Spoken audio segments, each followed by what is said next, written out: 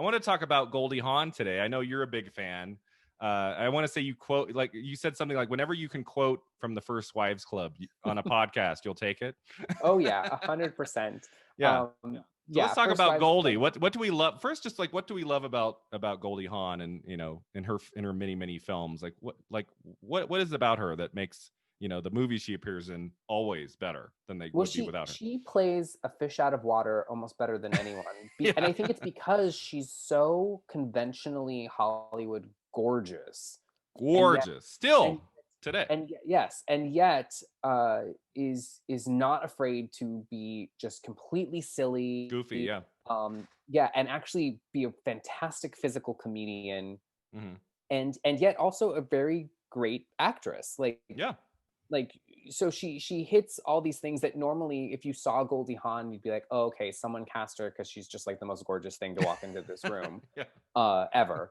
Um, but she continues to surprise you, and I think that Hmm. that worked for her. That worked for her in Private Benjamin. That worked for her in Overboard. Uh, in a way that works for her in Death Becomes Her, Hmm. when obviously she plays very different at the beginning of that film. So good. Um, uh, she plays just someone that can enter into a situation and completely surprise you. And Hmm. I think that that's something that, and to get back to her, in the word of that one critic, overly expressive eyes. Like Mm. she just tells you a whole story in a look, in a fantastically gorgeous look. And so, yeah, for me, I, it's funny because like Private Benjamin and Overboard are such great films for kids, I think, just because you Mm. get into the broad comedy aspect of a lot of them. Yeah. But watching them as an adult, you see like what great transformation stories those are, and Hmm. empowerment stories some of her stuff is. Um, but yes, First Wives Club is in my top 5 favorite films of all time. Whenever anyone Of asks all me, time? yeah, whenever anyone asks me Wow. my top 5, they haven't changed since like maybe high school, and I stick with them, and they're very like crowd pleaser, or maybe, I mean, obviously, First Wives Club, either you're a massive fan or you've never heard of it. That's one thing, and some of my others, but like I there are other films that I think are better films, but if you ask Yeah. me my favorite Yeah. That you like films to watch. that I Yeah. like to watch, like First Wives Club, I've probably seen 600 times at least. Wow. Drop Dead Gorgeous is another one.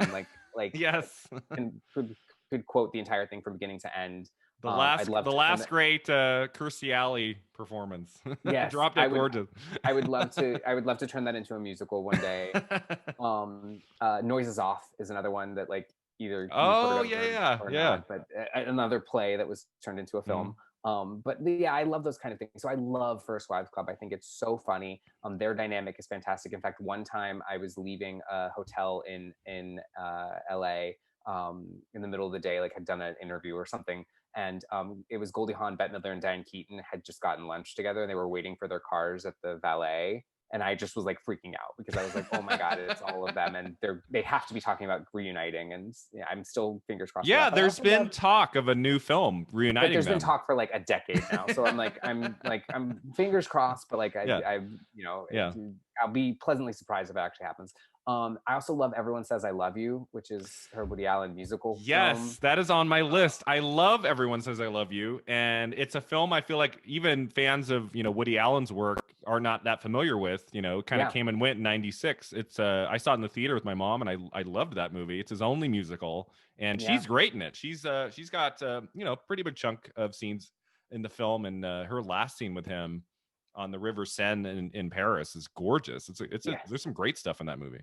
I love that movie. And then the one that I was going to bring up that is like by no means a critical darling, but that I just thought was funny and really lets her play into the physical comedy and with someone that is of similar temperament is The Out of Towners.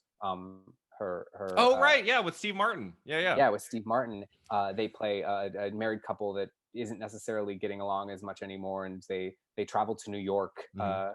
and it's a little bit like Date Night, that Tina Fey Yeah, yeah. Steve Carell movie, in the Yeah. sense that like they just end up in these more outlandish situations, and I always remember there's a scene where they end up starting to make love, as they might say, on in the middle of a park, Yeah, in yeah. Central Park maybe, and she's running and she just goes, "I've got grass." grass in my ass. And like, when that movie came out, I was like maybe the perfect age for like that just to me the funniest line ever. And so I still remember that moment. Yeah, I love that. In fact, I recently moved and I had a bunch of VHS tapes that my husband finally made me just get rid of, and Out of Towners actually was one of Oh, them. really? Yeah. Yeah. Yeah, Out of Towners is fun. I feel like that got just destroyed critically, but Oh yeah, if you're a fan 100%. of those two together, like I think House Sitter is the stronger film. Like if you were to watch Oh, one of the two, 100%. But like House the Sitter physical is comedy. great. Yeah. Oh yeah, great. So definitely check that one out. But Out of Yeah. Towners, I just got to share my love.